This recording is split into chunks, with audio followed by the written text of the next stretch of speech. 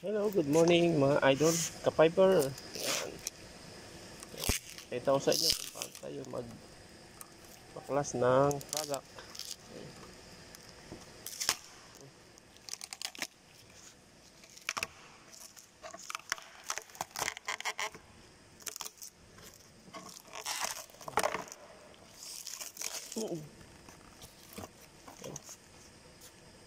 Yan, pagod vibes tayo sa mga ka-fiber. Yan. Yan. Dito naman pumuli si ka-fiber burn. Yan. Yan. Sa mga ating fiber gas tutorial. Ito. Babalik. Yan. Dating busy po tayo kasi hindi na tayo makapag-vlog.